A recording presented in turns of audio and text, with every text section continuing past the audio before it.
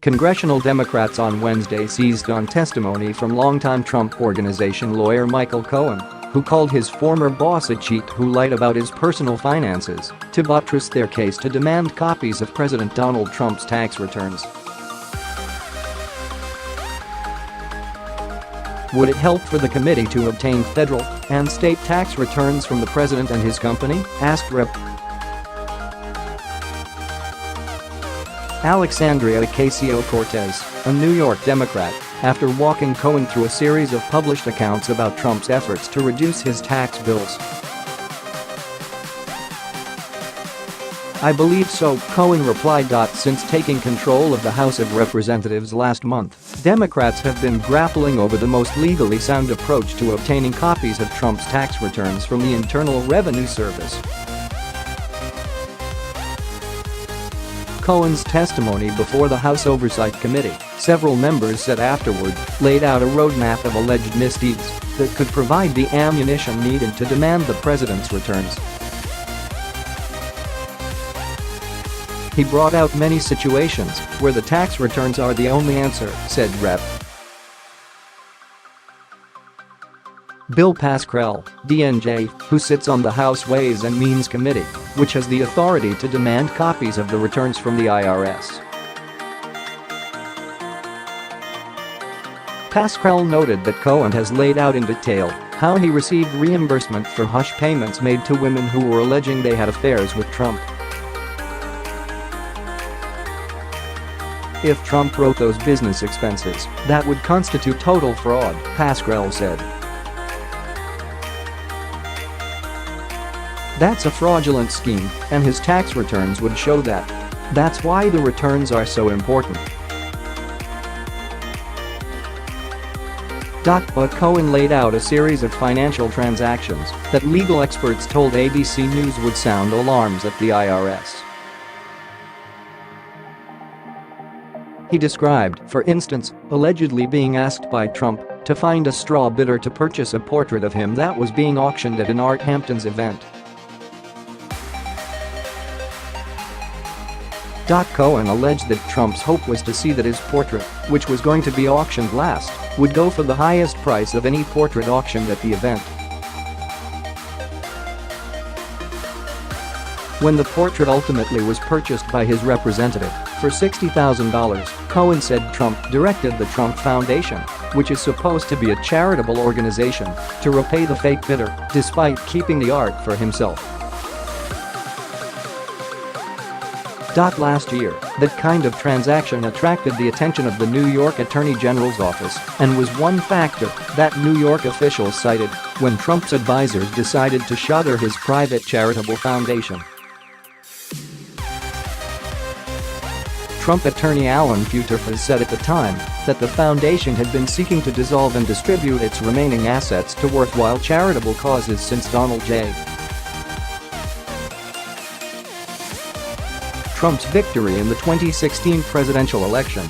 Unfortunately, the NIAG sought to prevent dissolution for almost 2 years, thereby depriving those most in need of nearly $1.7 million. Douglas Varley, a charity tax expert at the Washington law firm Kaplan and Drysdale, told ABC News an incident like the one described by Cohen also would likely raise red flags at the IRS. The question would be, what was the charitable purpose for acquiring that painting? Varley said. And, even if there was a charitable purpose in acquiring the painting, there would still be a question of whether there would be too much benefit to Mr. Trump. Cohen also described to the committee what he said was Trump's penchant for inflating or deflating his total assets when it served his purposes. He provided copies of financial records he says Trump gave to Deutsche Bank to inquire about a loan to buy the Buffalo Bills. Sandra Moser, who served as head of the Justice Department's Fraud Division and who now works in private practice at the Washington firm Quinn Emanuel, said those facts would attract the attention of law enforcement. Someone who lies about an issue of import to a financial institution like Deutsche Bank in order to get a loan, regardless of what the loan is for or whether he actually obtains the loan, would be guilty of one or more federal felonies, including bank fraud and making false statements for the purpose of influencing the bank, Moser said. Of course, Moser noted, whether or not the financial statements Mr. Cohen spoke of were actually provided to the bank or a loan application relying on the strength of those financials was in fact submitted are important questions that would need to be answered before any charging decision would be made. During Wednesday's hearing, Representative Jimmy Gomez, D. Calif, asked Cohen if he could provide any insight into what the real reason is that the president has refused to release his tax returns. The statement that he said to me, Cohen replied, was that what he didn't want was to have an entire group of think tanks that are tax experts run through his tax return and start ripping it to pieces, and then he'll end up in an audit, and he'll ultimately have taxable consequences, penalties and so on. An obscure 1924 provision in the tax code spells out that the Treasury Secretary shall furnish any individual's tax return information upon written request from the chairman of certain congressional committees. Once provided, the tax information can only be reviewed in a closed session by certain members unless lawmakers vote to make it public. Rudy Giuliani, a lawyer for Trump, has vowed to fight requests for the tax documents, while the Treasury Department has signaled it would review the legality of a request, potentially prolonging the process via legal challenges.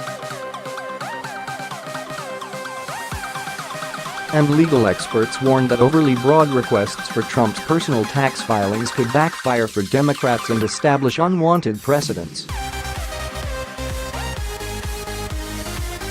A fishing expedition into the president's taxes could open up politically motivated efforts to divulge others' taxes at the price of privacy, Harold Krent, dean of the Chicago-Kent College of Law, told ABC News recently.